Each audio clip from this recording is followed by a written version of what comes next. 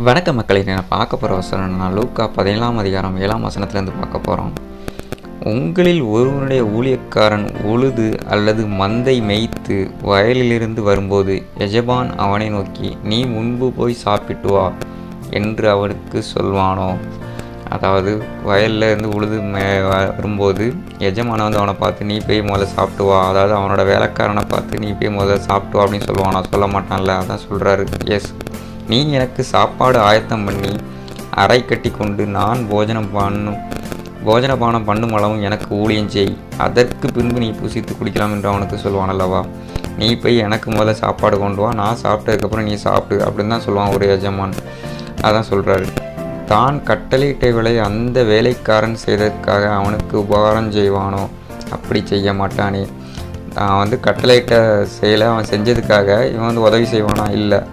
அவன் சொன்னதை செய்வான், அவ்வளோதான். அதுக்காக உதவிலாம் செய்ய மாட்டான் எஜமானது. அப்படியே நீங்களும் உங்களுக்கு கட்டளையிடப்பட்ட யாவற்றையும் செய்த பின்பு நாங்கள் அப்பிரயோஜனமான ஊழியக்காரர், செய்ய வேண்டிய கடமையை மாத்திரம் செய்தோம் என்று சொல்லுங்கள் என்றார். அதாவது இந்த வசனங்கள் நம்மளுக்கு என்ன உணர்த்துதுன்னா, ஒரு எஜமான் தன்னோட வேலைக்காரனை ஒரு வேலையை செய்ய சொன்னான்னா அந்த வேலையை அவன் செய்து முடிப்பான். அதற்காக எந்த ஒரு உதவியோ எதுவோ நன்றி கடனோ எதுவுமே செய்ய மாட்டான். ஏன்னா கட்டளையிட்டு அவன் செய்யணும், அதுதான் அவனோட வேலை. அந்த வேலையை அவன் செய்வான். அதை தான் கடவுள் சொல்கிறாரு. நீங்கள் ஊழியம் செய்யும்போது அதை ஒரு கடமையாக செய்யணும். அது உங்களுடைய கடமை, நம்மளுடைய கடமை. ஊழியம் செய்கிறது நம்மளோட கடமை. நம்ம ஊழியம் செஞ்சுட்டு நம்ம பெருமையாக சொல்லக்கூடாது. நான் கடவுளுக்காக ஊழியம் பண்ணுறேன், நான் கடவுளுக்காக வைராக்கியமாக இருக்கிறேன் அப்படின்னு நம்ம பெருமைப்படக்கூடாது. அது நம்ம மேலே விழுந்த ஒரு கடமை. அவருடைய சீஷர்களாக இருக்கிறோன்னா அது நம்மளுடைய ஊழியம் செய்கிறது நம்மளுடைய கடமை. அதை செய்யணும்.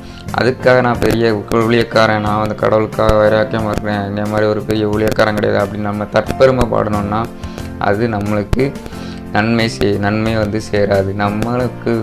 நம்மளுக்கு கொடுக்கப்பட்ட கடமையை தான் நம்ம செய்கிறோமே தவிர நம்ம வேறு எதுவும் பெருசாக செய்யலை. ஸோ அதுதான் அந்த வசனங்கள் நம்மளுக்கு உணர்த்துது. ஸோ நம்ம ஒரு ஊழியக்காரங்களாக இருக்கோம் அப்படின்னா நம்ம எப்படி இருக்கோம், நம்மளே சோதித்து பார்ப்போம்.